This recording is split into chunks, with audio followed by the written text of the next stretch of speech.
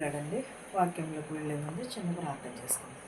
స్తోత్రం స్తోత్రం సర్వోన్నతుల శివశక్తిమంతుల కృప మీద నీకు లెక్కలేని స్తోత్రాలు నాయన ప్రభు చిన్న వారికి చూచిన వారికి ప్రతి ఒక్కరికి మారు మనసు దయచే ప్రభు విరిగి నలిగిన హృదయం దయచే ప్రభు రక్షణ భాగ్యము దయచే మనం అడుగుచున్నాను నాయన ప్రభు నీ సమస్తమును నువ్వు చూచుచున్నవాడు నైనా నీకు సాటు మరుగైనది ఏదీ లేదు నాయన ప్రభు సమస్తము ఎరిగి ఉన్నవాడు నాయన ప్రభు ప్రతి ఒక్కరి హృదయములను తట్టమని అడుగుచున్నాను ప్రభు ప్రతి ఒక్కరికి మారు మనసు దయచే ప్రభు ప్రతి ఒక్కరికి విరిగి నలిగిన హృదయం దయచేయమని నా ప్రార్థనను నీ పాసాన్ని చేర్చుకొని ఏ స్నామంలో బ్రతిమాలు వేడుకొనిచున్నాను తండ్రి. ఆమేన్. నేను ప్రతిరోజు కూడా వాక్యాలు పంపుతూ ఉంటాను.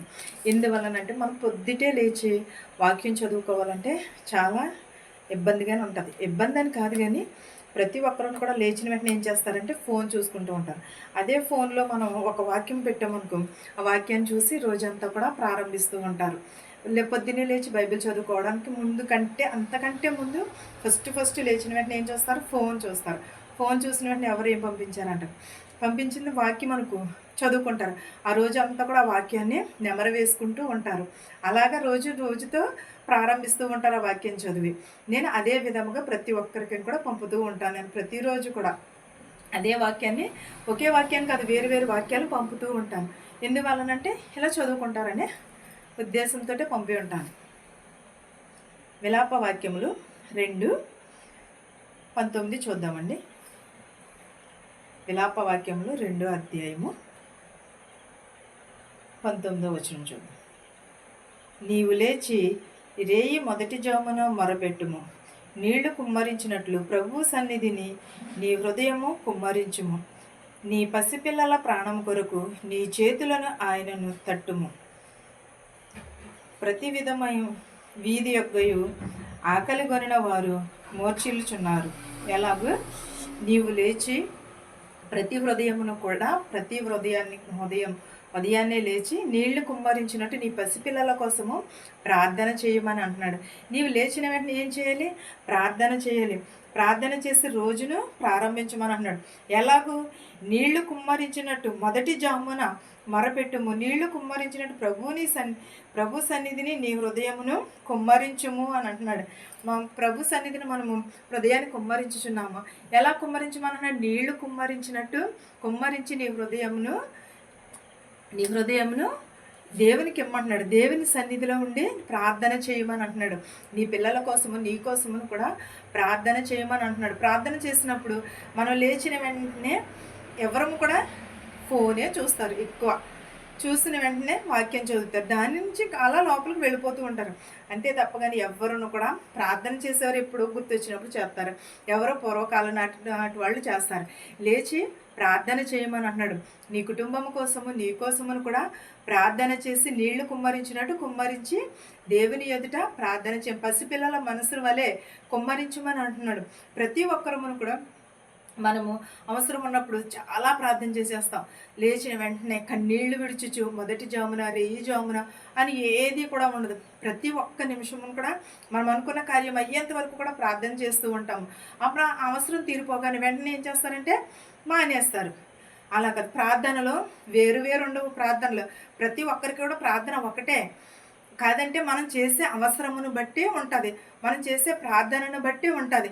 మనం లేచిన వెంటనే ప్రార్థన చేస్తాం, మధ్యాహ్నం ప్రార్థన చేస్తాం, ప్రతి నిమిషం కూడా ప్రార్థన. నీళ్లు కుమ్మరించినట్టు కుమ్మరించమని అంటున్నాడు. దేవుని సన్నిధిలో నీళ్లు కుమ్మరించినట్లు ప్రభు సన్నిధిలో నీ హృదయమును కుమ్మరించమని అంటున్నాడు. అప్పుడు దేవుడు నీ హృదయమును తడతానంటున్నాడు. ఆయన నీ ప్రాణమును ఆయన చేతుల కింద ఉంచుతానని చెప్పుచున్నాడు. యెషయా 51:7 అధ్యాయం చూద్దామండి. 51:7 నీవు అనుసరించు వారులారా నా మాట వినుడి, నా బోధ హృదయమందుంచుకును జనులారా ఆలకించుడి. మనుషులు పెట్టు నిందకు భయపడకుడి, వారి దూషణ మాటలకు దిగులు పడకుడి అని అన్నాడు. ఎవరి మాట? మనుషుల పెట్టు నిందలకు భయపడకుడి, వారి దూషణ మాటలకు దిగులు పడకుడి అని అంటున్నాడు. చాలామంది అనేకమైన మాటలు అంటూ ఉంటారు. ఇద్దరు ముగ్గురు ఒకసారి ఒక చోట కూర్చున్నారు అనుకో, అక్కడ సూటిపోటి మాటలు మన కూడానే ఉంటారు, మనతోటే ఉంటారు, మనల్నే వెత్తి పొడుస్తూ ఉంటారు. ఒక్కొక్క మాట బాధ కలిగే మాటలుగా అంటారు. ఒక్క నిమిషం ఒకవేళ కూర్చున్నామనుకో వారు ఏం చేస్తారు, ఎత్తి పొడుపు మాటలు, సూటిపోటి మాటలు అంటూ ఉంటారు. వాళ్ళు ఎందుకంటే వాళ్ళు చేయలేని పని మనం చేస్తున్నాం కాబట్టి వాళ్ళకి అసూయతోట అలాంటి మాటలు మాట్లాడు. కానీ అలాంటి మాటలకు దేవుడు దిగులు పడవద్దని అంటున్నాడు, త్రొట్టిల్లవద్దని అంటున్నాడు. ఎప్పుడూ కూడా దేవుని అందే నిలకడ కలిగి ఉండమన్నాడు. మనుషులు పెట్టే మాటలకు మీరు భయపడవద్దని అంటున్నాడు. నీతిని అనుసరించువారులారా నా మాట వినుడి అని అంటున్నాడు. ఏమి అనుసరించేవారు? నీతిని అనుసరించేవారులారా నా మాట వినుడి, నా బాధ హృదయమునందు ఉంచుకుని జనులారా ఆలకించమని అంటున్నాడు. ఏమని? మనుషులు పెట్టే నిందలకు మీరు భయపడకుడి, ఆ మనుషులు పెట్టే దోషాలకు మీరు దిగులు పడకుడి అని అంటున్నాడు. ఎప్పుడూ కూడా మనం మనుషులు పెట్టే నిందలకు కానీ దేనికి కూడా మనము భయపడకూడదు. మనం దేవుడే ఉన్నాడు, దేవుని మీద ఆధారపడి బ్రతికితే ప్రతిదీ కూడా సాధ్యమే మనకి. సామెతలు 16:17 చూద్దామండి. 16:17 చెడుతనమును విడిచి నడుచుటయే యథార్థవంతులకు రాజమార్గము, తన ప్రవర్తన కనిపెట్టువాడు తన ప్రాణమును కాపాడుకుని. ఎప్పుడు చెడుతనమును విడిచిపెట్టినప్పుడే వాడు తన ప్రాణమును కాపాడుకుని అంటున్నాడు. నాశనమందు గర్వమునే నడుచునని అంటున్నాడు. ఎవరు తన ప్రవర్తన కనిపెట్టువాడు తన ప్రాణమును కాపాడుకున్నాను. దేవుని సన్నిధిలో మనం వెళ్తున్నాము, మన ప్రవర్తన ఎలా ఉంటుంది? వెకిలి మాటలతోటి, వెకిలి చేష్టలతోటి తప్ప కానీ మనం ఎప్పుడైనా సరే వినయముగా వెళ్ళి వినయముగా వస్తున్నామా? ఎవరికి ఏదో ఒకటి ఎగతాళి మాటలు, ఎవరికి ఏదో ఒకటి సూటిపోటి మాటలు. కానీ దేవుడు అలాంటిదే దేవుడు సర్దిద్దుకోమని అంటున్నాడు. అలాంటి ప్రవర్తనకు దూరంగా ఉంటున్నాడు. అలాంటి మనుషులకు కూడా దూరంగా ఉండమని చెప్తున్నాడు. మన ప్రవర్తనను జాగ్రత్తగా చూసుకోమని అంటున్నాడు. చెడుతనమును విడిచిపెట్టమని అంటున్నాడు.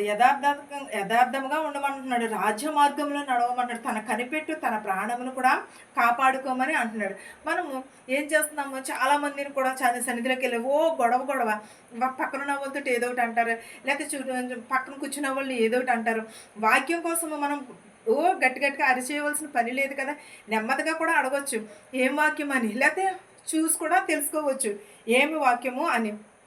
కానీ ఏం చేస్తారంటే చాలామంది గొడగొడమని మాట్లాడుతాను. అలాంటి మాటలకు మనము ఎప్పుడును కూడా చెడు ప్రవర్తన అంటే అదే, చెడు మాటలు అంటే అవే. అలాంటి మాటలకి దేవుడు దూరంగా ఉండమని అంటున్నాడు. అంతేగాని మనము వెళ్ళి అని మాట్లాడేసుకుంటే అది దేవుడు ఇష్టం ఉండదు. ప్రవర్తనను మార్చుకోమని అంటున్నాడు. అలాంటి ప్రవర్తన మార్చుకుని మనము దేవుని సన్నిధిలో నిలవమని అంటున్నాడు. ద్వితీయోపదేశ కాండము 4:31 చూద్దామండి.